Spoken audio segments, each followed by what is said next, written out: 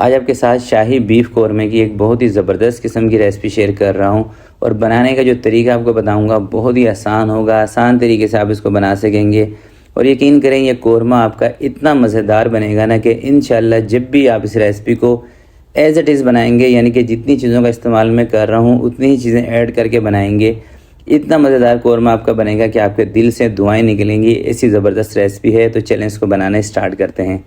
बिस्मिल्लाहिर्रहमानिर्रहीम। सबसे पहले आपने 1 किलो दही लेनी है। इसको पतीले के अंदर, कढ़ाई में, देग में, जिसमें भी कौरमा बनाना है उसमें डाल देनी है। 10 से 12 सब्ज़ इलायची ले लें। सब्ज़ इलायची ज़रूरी है। एक बड़ी इलायची इसके अंदर लेनी है।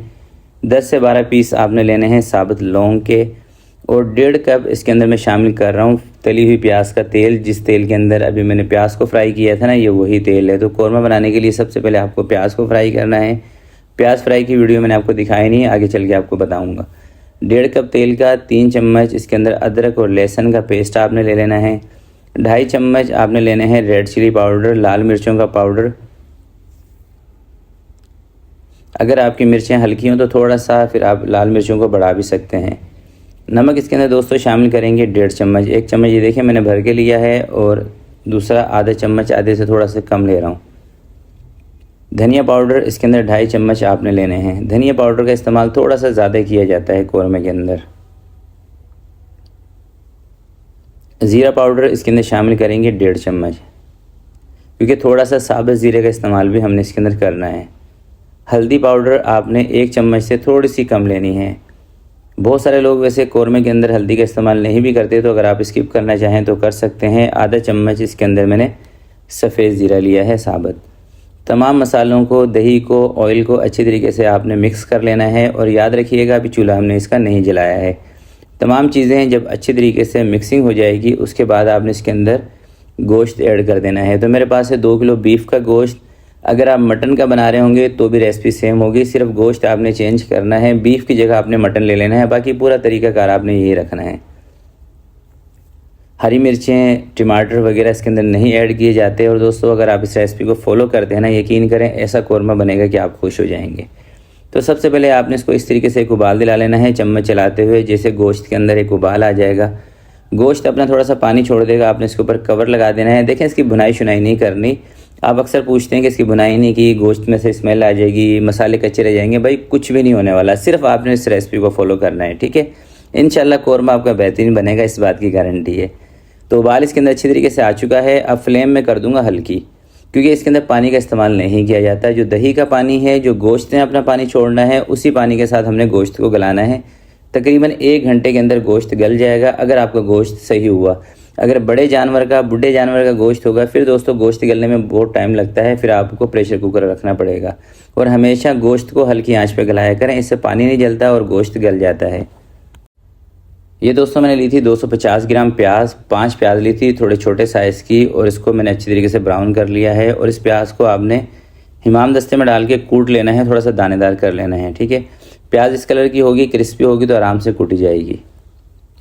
तकरीबन दोस्तों 60 से 70 मिनट के बाद कवर को मैं हटा रहा हूँ। बीच में एक मरतबा हमने इसको चेक किया था, उस टाइम गोश्त में थोड़ी सी कसर थी, तो बीच में एक दफ़ा आपने चेक कर लेना है। यानी कि बार बार आप इसके अंदर चम्मच चलाते रहें, उससे क्या होता है कि स्टीम निकल जाती है, फिर गोश्त गलने में ना टाइम लेता है। हल्की आंच पे रख देंगे, ये नीचे नहीं लगने वाला। नीचे उसी सूरत में लगता है जब ये गोश्त गल जाएगा, ठीक है। कच्चा गोश्त तो वैसे भी नीचे नहीं लगता।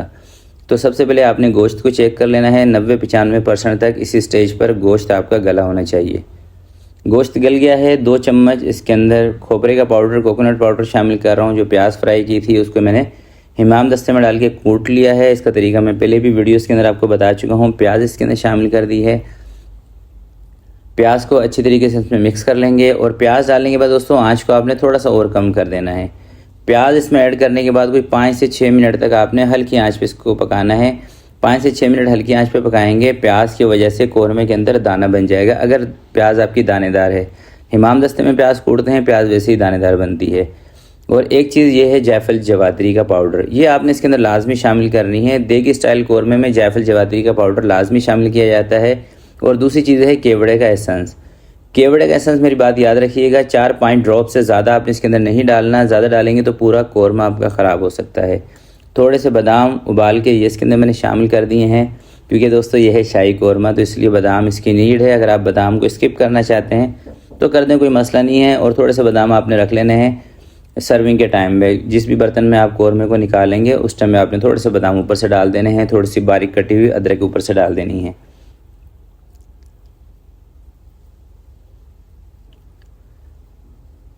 तो ये देखें दोस्तों, तकरीबन 5 से 6 मिनट इसको मैंने पकाया है प्याज और कोकोनट ऐड करने के बाद। और दाना आप देख लें, इससे ज़्यादा हम इसको नहीं पकाएंगे। तो चूल्हा इसका मैंने कर दिया है बंद, क्योंकि जब इसके अंदर दाना बन जाता है तो आपने इसका चूल्हा बंद कर देना है। अब आप इसको ज़्यादा पकाते रहेंगे ना तो फिर इसकी जो ग्रेवी है ना ये बहुत ज़्यादा सख्त हो जाएगी, फिर आपको इसके अंदर पानी डालना पड़ेगा। और यकीन करें कौरमा वही मज़ेदार बनता है जिसके अंदर पानी ना डालना पड़े। आप इसका लुक चेक करें और दानेदार चेक करें, कितना ज़बरदस्त कौरमा है। और मैं यकीन से कहता हूँ जब भी दोस्तों आप मेरी इस रेसिपी को सही तरीके से फॉलो करके स्टेप बाय स्टेप बनाएंगे, कौरमा बहुत ही मज़ेदार बनेगा। शर्त यह है कि आपका गोश्त सही होना चाहिए। अगर आप गोश्त बड़े जानवर का ले आएंगे तो उसमें फिर दोस्तों मज़ा नहीं आता कौरमे में, क्योंकि गोश्त गलने में टाइम लगेगा। फिर आपने गोश्त गलाते गलाते इसमें पानी ऐड करना पड़ेगा, फिर वो चीज़ नहीं आएगी और उसका जो कलर है ना वो भी थोड़ा सा ब्लैक की तरफ चला जाएगा। गोश्त बेहतरीन होगा। छोटे जानवर का गोश्त होता है जल्दी गल जाता है, इस बात का आपको भी पता है। तो आज की वीडियो के लिए दोस्तों इतना ही। और लास्ट में मैं आपको बता देता हूँ कि ये कितने अफराद की सर्विंग है। तकरीबन 10 से 12 अफराद की दोस्तों सर्विंग है इस कौरमे की। 12 अफराद तक इसको आराम से खा सकते हैं। तो वीडियो दोस्तों अच्छी लगी हो तो प्लीज़ इसको लाइक आपने ज़रूर करना है। आपसे मिलते हैं किसी नेक्स्ट वीडियो में। तब तक के लिए अपना बहुत सारा ख्याल रखिएगा, अपने वालिदैन का ख्याल रखिएगा। अल्लाह हाफिज़।